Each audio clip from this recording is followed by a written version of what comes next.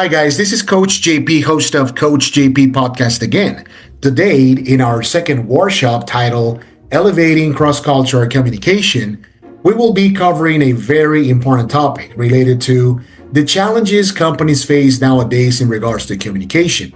Stay with us so we can review more information about this fascinating and cultural topic. You guys ready? Let's go then. Elevating cross-cultural communication. So let's review the agenda. Number one, we're going to be covering an introduction or definition of what the cross-cultural communication is and the purpose of this. Number two, an icebreaker activity related to the topic. I can assure you that you will have fun with it. Number three, key objectives. It's really important for us to have a better understanding of what the intention of the workshop is, and more importantly, how can we get into the details more in depth in regards to cross-cultural communication. Number four will be a group discussion that we're going to be covering in pairs. And number five, hands-on about that particular group discussion. Six will be a self-reflection of the entire workshop. And last but not least, at number seven, we're going to be having a final takeaway. Okay, so introduction. In today's global work environment, mastering cross-cultural communication is essential for building trust, respect, and collaboration.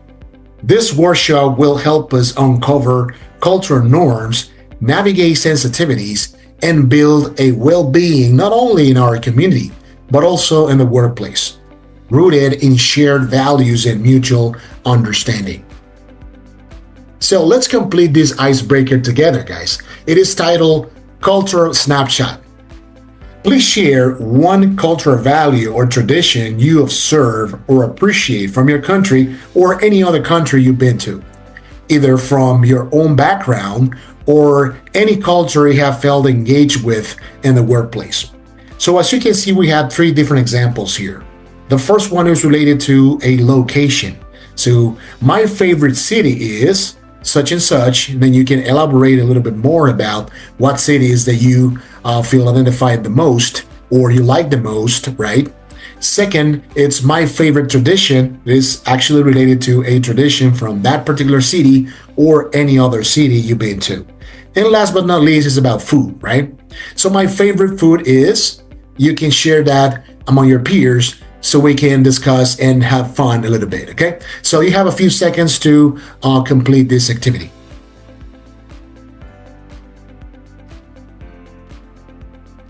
Okay, so what about the objectives? What are the objectives of this workshop? So, as a matter of fact, this is the second workshop of many workshops that we're going to be covering or sharing with you in our channel on the coaching section.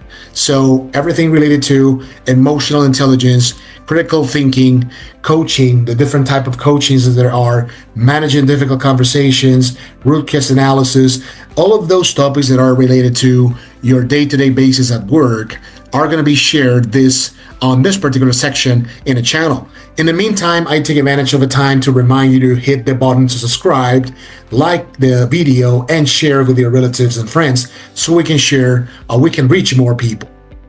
So let's go back to the workshop. So as you can see here, the definition of cross-cultural communication, we have it in front of us. But before we move any further, so I would like to ask you, what is it that you understand by cross-cultural communication?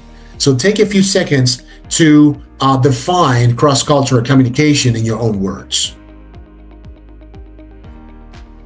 Okay, so cross-cultural communication is the exchange of information and ideas between people from different cultural backgrounds, considering the diverse values, norms, and communication styles. So as you were able to notice since the very beginning, so this is about communicating things assertively, right?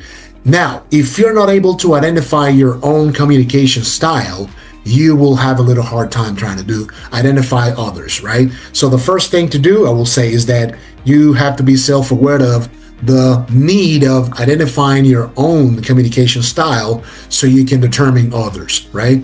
So number two will be building trust. So companies nowadays are focusing on reinforcing trust among their teams, right? Every single department, projects, and initiatives are involved with this particular matter. Now, key components for creating effective and harmonious relationship in diverse environments are related to building trust. Okay, so you might be wondering, why is that important? So cross-cultural communication is crucial at work as it fosters understanding, collaboration, and inclusivity in diverse teams. So it fosters the understanding and collaboration among team members, and also it's really inclusive and diverse among teams, right? The foundation of all of this is that we need to learn how people's values can foster a supportive and inclusive environment or a culture within our teams, but also within the entire community. When it comes to defining what cross-cultural communication is, so we have talked a little bit about it a few minutes ago, but right now we're going to complete a group discussion, and we're going to have that definition as a reference to answer the following question in regards to the challenges, right? So the question points out, what challenges have you experienced in cross-cultural interactions at work, and how do you address them? So how is it that you have addressed them, and what are those challenges that you have faced or experienced at work? So you might take a few seconds to analyze that and respond to that question, okay? Okay, we also talked a little bit about the importance of cross-cultural communication, but why understanding cultural norms and values leads to better communication and collaboration. So if you get to know not only your values and norms within your country, and you get to experience different type of cultures when it comes to norms, values, hobbies, policies, and regulations from different countries, you will understand, or you will have a better understanding of this particular topic, and you will be able to share the experience among your team members as well.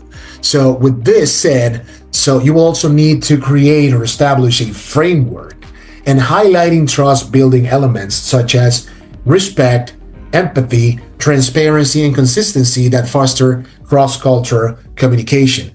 This will have a boost within your organization if you have the right framework, and if you also connect the importance of each community values to fostering a respectful and inclusive place as a foundation of it, okay?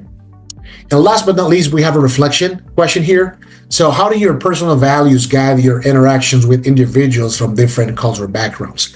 This is a different topic, right? So your personal values have to do or are involved when it comes to interacting with people from different countries, right? From different cultures. So if you that had into consideration and you respect that from others, you will have the best formula to have a best result possible.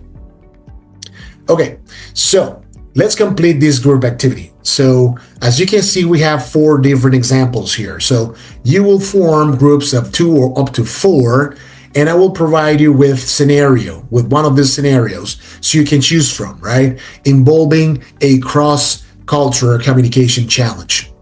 Scenario number 1, it points out navigating a cultural misunderstanding during a team meeting.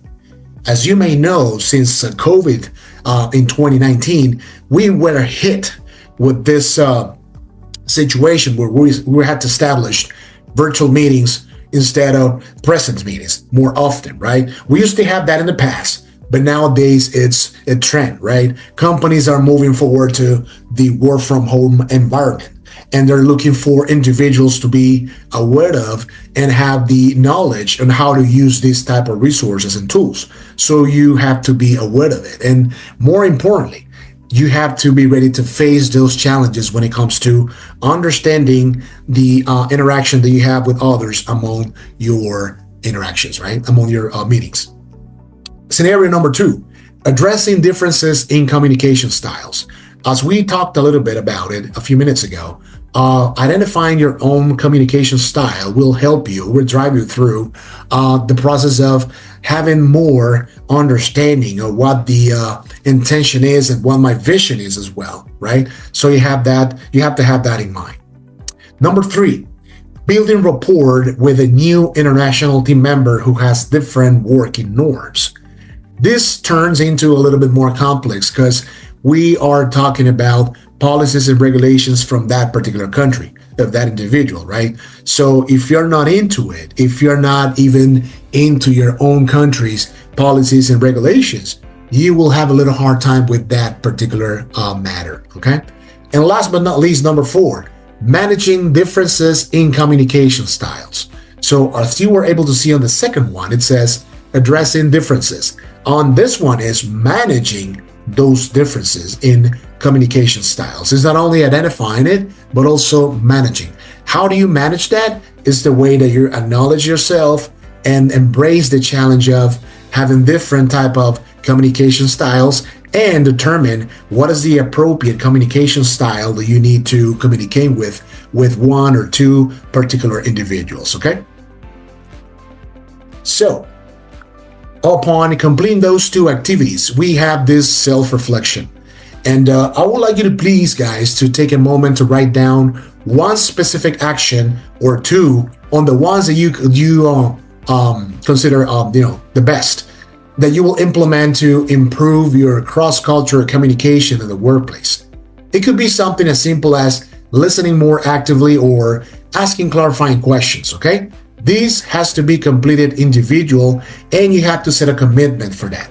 So you will have to, or you might have to use a few seconds from here so you can complete this activity, okay? And then we're gonna be sharing the results.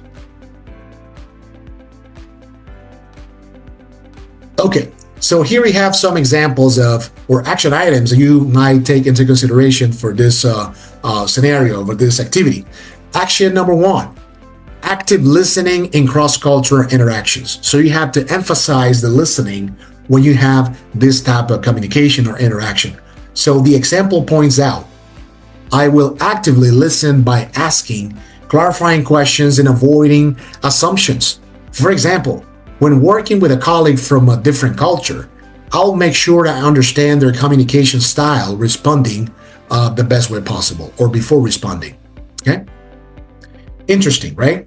Listening is a key element on this particular action.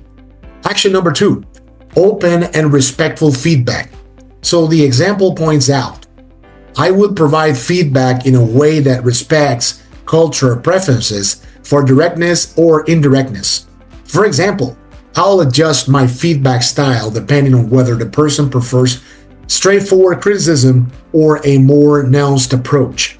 So being open to feedback is really important for you to not only being able to understand or listen to the feedback itself, to receive feedback itself, but also to implement that feedback, to identify your areas of opportunity so you can address them, okay? Number 3, creating a safe space for open conversations. So the example points out that I will initiate or facilitate regular team check-ins where team members can openly discuss any challenges they're facing related to cultural differences or communication styles. So having those spaces or those conversations is going to be actually something that's going to determine the success not only of one team, but also of the entire organization. Action number 4, adaptability. Adapting my approach to conflict resolution. The example says, when conflicts arise, I will take into account the cultural backgrounds of the involved parties and adapt my approach accordingly. For instance, I may use a more formal conflict resolution process if one party comes from a culture that values hierarchy or authority, right? So basically, those are the 4 fundamental action items that we recommend to implement on this particular matter so you can address it the best way possible, okay? Now, before we wrap up, we would love to hear any final thoughts or questions you might have about today's workshop. Please let us know what you found helpful and any suggestions you may have. Gathering feedback encourages continuous improvement and ensures that our future sessions may meet your expectations. Thank you for reaching or completing the whole workshop, guys. As you can see, our social media is showing up here on the screen, so you can follow us on. You can follow us on YouTube. You can hit the subscribe button if you haven't. Please share the content to your friends and relatives so we can reach to more individuals and the other platforms that we're on. Okay, Facebook, Instagram, TikTok, and X. Feel free to leave your comment below so we can review it and reply to you as soon as possible. And stay tuned for more contents like this, okay? Have a great day, guys, and thank you again.